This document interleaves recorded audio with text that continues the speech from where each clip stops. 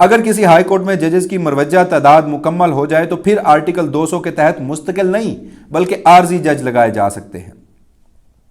Attorney general نے یہ بھی فرض کر لیا کہ ججز کا تبادلہ مستقل ہوتا ہے، حالانکہ جو تمام چیف جسٹسز ہیں ان کے بھی علم میں تھا یہ سارا معاملہ۔ جو صلاح الدین صاحب ہیں انہوں نے مزید کہا کہ میں بار بار کہہ رہا ہوں کہ الجہاد ٹرسٹ کیس کے مطابق تمام چیف جسٹس صاحبان سے بامانی مشاورت نہیں کی گئی۔ اگر چیف جسٹس پاکستان اور صوبائی چیف جسٹسز کو حقائق بتائے جاتے تو ان کے تبادلے پر اپروچ مختلف ہو سکتی تھی۔ الجہاد ٹرسٹ کیس کے مطابق ججز ٹرانسفر مفاد عامہ میں ہوگا۔ اب یہ کون طے کرے گا کہ اسلام آباد ہائی کورٹ میں ججز کا تبادلہ مفاد عامہ میں ہوا یا نہیں؟ اس موقع پر جسٹس محمد علی مظہر، اچھا اس بینچ میں جسٹس محمد علی مظہر اور جسٹس شاہد بلال ایسے دو جج ہیں کہ جب 3 ججز جس میں جسٹس شکیل احمد، جسٹس صلاح الدین اور جسٹس نعیم اختر اقوان سوال پوچھتے ہیں اور وہ ایگزیکٹو کے خلاف ہوتا ہے تو یہ 2 ججز جو ہیں وہ بڑے بے بس ہوتے ہیں، ان کا چہرہ جو ہے وہ بھی زرد پڑ جاتا ہے۔ میری بڑی خواہش تھی کہ کاش یہ مقدمہ جو ہے یہ بھی سپریم کورٹ آف پاکستان جو ہے براہ راست نشر کرتی اور آپ لوگ دیکھتے۔ تو بہرحال جو محمد علی مظہر ہیں انہوں نے کہا کہ جی مفاد عامہ کا معاملہ تو چیف جسٹس نے دیکھنا ہے، ایگزیکٹو نے نہیں، اور وہ بار بار یہ اسٹیبلش کرتے رہے کہ اگر یہ ٹرانسفر نہ ہوتے، اگر جوڈیشری میں سے کوئی ویٹو پاور استعمال کر دیتا، ویٹو پاور اس سارے معاملے میں جوڈیشری کی تھی۔ تو بہرحال مزید جب کیس آگے بڑھا تو بیرسٹر صلاح الدین نے کچھ کچا چٹھا کھولا وفاقی حکومت کی، وہ جو سمریز تھیں، وہ جو آفیشیل کمیونیکیشن تھی سارے معاملے میں، اس میں جو بدنیتی پکڑی گئی، جھوٹ پکڑے گئے۔ بیرسٹر صلاح الدین نے کہا کہ جی پہلی سمری میں وزیر اعظم کو لکھا وزارت قانون نے کہ دیہی سندھ سے اسلام آباد ہائی کورٹ میں کوئی جج نہیں، مگر دوسری سمری جو چیف جسٹس پاکستان کو لکھی گئی اس میں کہا گیا کہ اسلام آباد ہائی کورٹ میں سندھ سے سرے سے ہی کوئی جج نہیں، یعنی 2 سمریوں میں آپ متضاد چیزیں دیکھ سکتے ہیں۔ تو اس لیے بیرسٹر صلاح الدین نے کہا کہ اس سے ثابت ہوتا ہے کہ اگر چیف جسٹس کو حقائق سے اندھیرے میں نہ رکھا جاتا تو پھر ان تقرریوں پر ان کا سٹانس کچھ اور ہو سکتا تھا۔ مزید انہوں نے کہا کہ میرا ماننا ہے کہ کسی بھی عدلیہ میں ججز تقرری کے لیے علاقہ، زبان، صنف اور مذہب کو ضرور دیکھنا چاہیے، لیکن اس سب کا تعین کرنے کا واحد مجاز forum judicial commission of Pakistan ہے۔ مزید بیرسٹر صلاح الدین نے کہا کہ اٹارنی جنرل نے کہا کہ اسلام آباد ہائی کورٹ ایکٹ 2010 کے سیکشن 3 کے مطابق پاکستان کے تمام علاقوں سے جج لیے جائیں گے، لیکن اٹارنی جنرل یہ بتانا بھول گئے کہ وہاں لفظ تقرری ہے، تبادلہ نہیں۔ حالانکہ جوڈیشل کمیشن 2024 کے رول 6 کے مطابق علاقائی، صنفی، مذہبی بنیادوں پر ججز تقرری کو دیکھا جائے گا۔ یہاں پر صورتحال جو ہے وہ مزید دلچسپ ہوتی ہے۔ میں نے گزشتہ ویڈیو میں آپ کے سامنے بتایا تھا کہ جسٹس نعیم اختر اقوان جو ہیں انہوں نے 2 اجلاسوں کی کیا منگوائی تھی؟ منٹس آف میٹنگ، اور میں نے اسی ویڈیو میں آپ کو بتایا تھا کہ یہ گیم چینجر ثابت ہو سکتے ہیں ان 2 اجلاسوں کے منٹس آف میٹنگ۔ 17 جنوری کا جوڈیشل کمیشن آف پاکستان کا اجلاس، اٹارنی جنرل آف پاکستان نے جسٹس نعیم، یہ بیرسٹر صلاح الدین کہہ رہے ہیں کہ اٹارنی جنرل آف پاکستان نے جسٹس نعیم اقوان کے اس سوال کا جواب ہی نہیں دیا کہ ججز تقرری سے 10 دن پہلے 17 جنوری کے جوڈیشل کمیشن اجلاس میں یہ سب زیر بحث آیا یا نہیں۔ یہ جو میں اب اس ایک نقطے پر بات کر رہا ہوں کہ اٹارنی جنرل نے بھی کہا تھا کہ یہ جو ریجنل ڈائیورسٹی ہے یہ دیکھنی ہوتی ہے اسلام آباد ہائی کورٹ میں ججز لگاتے وقت، اور چیف جسٹس یحییٰ خان نے بھی کنسنٹ دیتے ہوئے اپنے اس کنسنٹنگ سٹیٹمنٹ میں یہ لکھا کہ جی لسانی بنیادوں پر ججز تقرری کو وہ سراہتے ہیں، ایک پھولوں کا گلدستہ اکٹھا ہوتا ہے۔ ہمارے ساتھ 3 ملاقاتوں میں جناب یحییٰ خان یہ فرما چکے ہیں، مگر بدنیتی دیکھیں جو آج کے روز جسٹس نعیم اختر اقوان نے پکڑی ہے کہ 17 جنوری کو ہوتا ہے اجلاس جوڈیشل کمیشن کا اسلام آباد ہائی کورٹ میں جج لگانے کے لیے، 4 ججز کی ویکنسیز خالی ہوتی ہیں۔ تو اگر آپ نے یہ علاقائی تنوع دیکھنا تھا، ریجنل ڈائیورسٹی دیکھنی تھی، تو اس اجلاس میں بیٹھ کر تمام پاکستان کے 4 صوبوں سے الگ الگ ججز لے آتے، بات ختم ہو جاتی۔ نہیں، وہ 2 ججز اسلام آباد اور راولپنڈی پنجاب سے لگا دیے گئے، 2 کی سیٹ خالی چھوڑ دی گئی، اور جسٹس نعیم اختر اقوان آج کہہ رہے ہیں، انہوں نے یہ انکشاف کیا ہے کہ منٹس آف میٹنگ میں چیف جسٹس، اٹارنی جنرل، کسی حکومتی کمیشن کے رکن نے ریجنل ڈائیورسٹی، علاقائی تنوع کا جائزہ نہیں لیا، کوئی نام پرپوزڈ اس سلسلے میں نہیں کیا۔ اسی حوالے سے بیرسٹر صلاح الدین کہہ رہے تھے کہ اٹارنی جنرل نے خود جوڈیشل کمیشن کے رکن ہیں، کیا انہوں نے 17 جنوری کے جوڈیشل کمیشن اجلاس میں دیہی سندھ سے کسی کا نام تجویز کیا؟ اس موقع پر اٹارنی جنرل نشست سے کھڑے ہو کر روسٹرم پر آئے اور انہوں نے کہا کہ آرٹیکل 200 کے تحت ججز ٹرانسفرز کے لیے نام تجویز کرنا میرا نہیں، صدر کا کام ہے۔ جب وہ پھنسے نا، صدر تک پہنچ گئے۔ حالانکہ یہ وہ اٹارنی جنرل آف پاکستان ہے جو آج کل یہ 26ویں آئینی ترمیم کے تناظر میں بننے والے ججز کو تو کچھ سمجھتے ہی نہیں ہے۔ ان سے باقاعدہ ریکویسٹ کر کے ٹائم لے کر انہیں کمرہ عدالت میں بلایا جاتا ہے، اور جو کچھ یہ کسی بھی اہم ترین مقدمے میں آخری 10 منٹ میں دلائل دیتے ہیں، وہ فیصلے میں شامل کر کے وہی فیصلہ دے دیا جاتا ہے جو کہ فوجی عدالتوں کے کیس میں ہوا. لیکن چونکہ اس مرتبہ ججز کچھ آؤٹ آف سلیبس آ گئے، سوالات آؤٹ آف سلیبس آ گئے، تو آج بہت زیادہ پرسنل ہو گئے تھے، بہت زیادہ اگریسو ہونے کی کوشش کر رہے تھے. لیکن ججز نے پھر کہا کہ حضور آپ کو پورا ٹائم دیا جائے گا، آپ ذرا بیٹھ جائیں. مزید آگے بڑھتے ہیں. جسٹس نعیم اختر اغوان نے وہی کہا کہ ریجنل ڈائیورسٹی کو مدنظر رکھتے ہوئے کسی نے نام تجویز نہیں کیا. صلاح الدین نے کہا کہ آئین کی منشا یہ ہرگز نہیں کہ اگر جوڈیشل کمیشن اپنی ذمہ داری پوری نہیں کرتا تو صدر کو یہ اختیار اپنے پاس لے لے. ججز ٹرانسفر کی سمری میں کہا گیا تھا کہ اسلام آباد ہائی کورٹ میں ایک جج پنجاب سے. یہ دوسری وہ جھوٹ اور بدنیتی ہے کہ جو ججز ٹرانسفر کے وقت سمری میں برتی گئی تھی.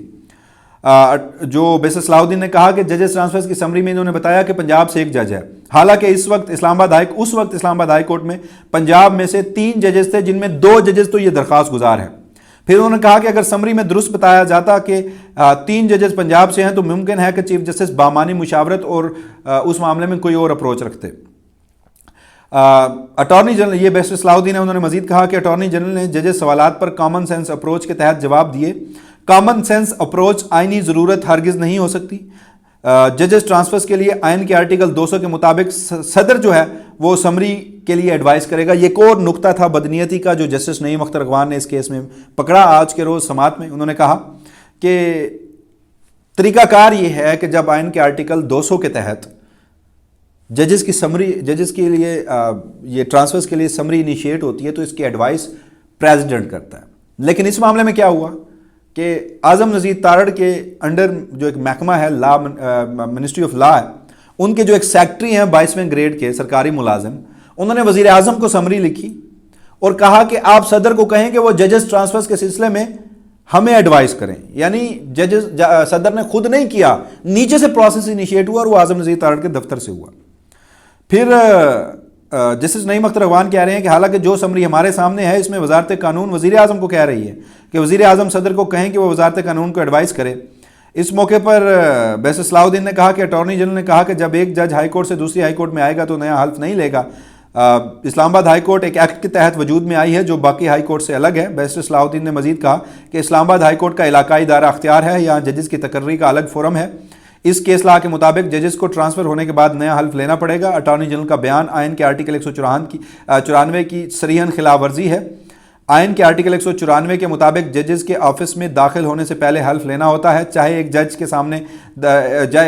جج جو ہے وہ سامنے کے دروازے سے تقرری کے ذریعے آئے یا پھر سائڈ کے دروازے سے ٹرانسفر ہو کے آئے، حلف دونوں کو لینا ہوگا. اٹارنی جنرل نے دلائل میں کہا کہ اگر اس لیے ٹرانسفر ججز کو حلف نہیں لینا ہوگا کہ تمام ہائی کورٹس کے ججز کا حلف ایک جیسا ہے،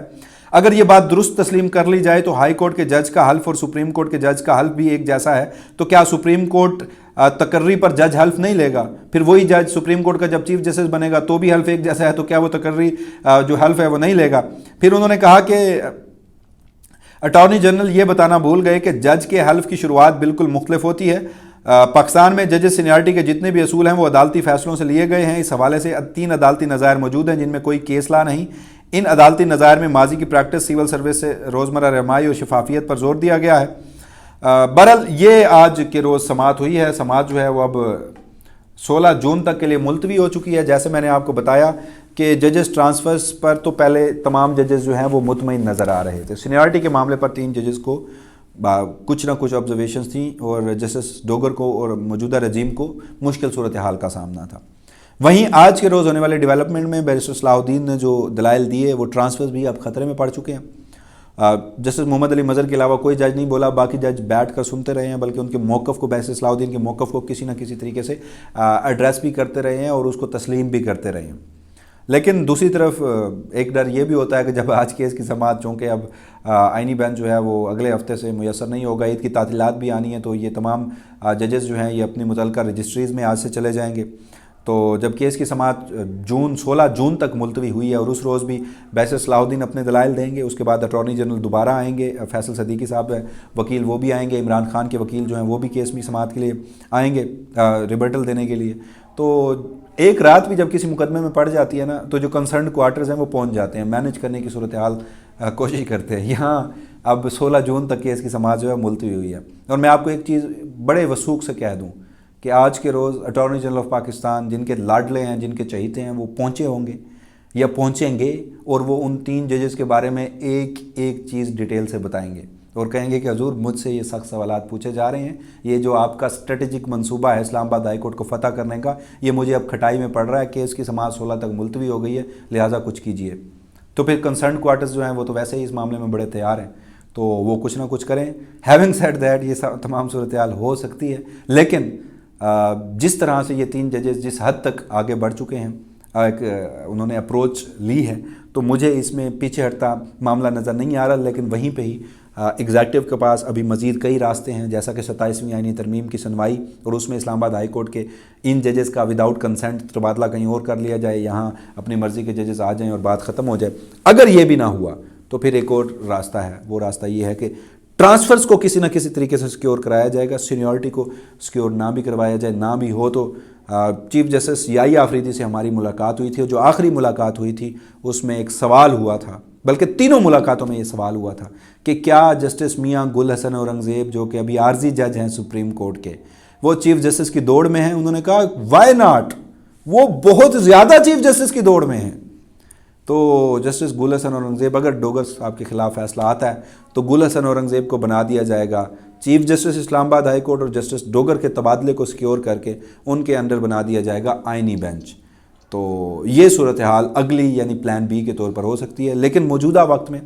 26ویں آئینی ترمیم کے باوجود بھی وہ ججز جو اپنی انڈیپینڈنس کے لیے کھڑے رہے، انہوں نے ہر قسم کی ریاستی بربریت کا سامنا کیا، اگر وہ اس 26ویں آئینی ترمیم کے بعد عدلیہ جب ایک محکمہ بن گیا ہے، عدلیہ اب ایک ادارہ نہیں رہا آزاد، اس میں بھی وہ ریلیف لے لیتے ہیں، تو ان کی بہت بڑی کامیابی ہوگی۔ تو بہرحال صورتحال کیا رخ اختیار کرتی ہے، مزید کیا تفصیلات ہیں، اس کیس کے مختلف ایسپیکٹس ہیں، جس میں ایک ایسپیکٹ سب سے بڑا آج سے 2 روز قبل کی ایک سماعت میں ہوا کہ جب عمران خان کی ایک درخواست سے وفاقی حکومت خوف زدہ ہو گئی تھی، وہ معاملہ کیا تھا اور دیگر اس کیس کے ایسپیکٹس کیا تھے۔ 16 جون تک سماعت تو ملتوی ہوئی ہے، مگر ہم آپ کو روزمرہ بنیادوں پر مختلف تفصیلات جو ہیں ان سے آگاہ کرتے رہیں گے۔ تب تک کے لیے مجھے دیجیے گا اجازت، اللہ نگہبان۔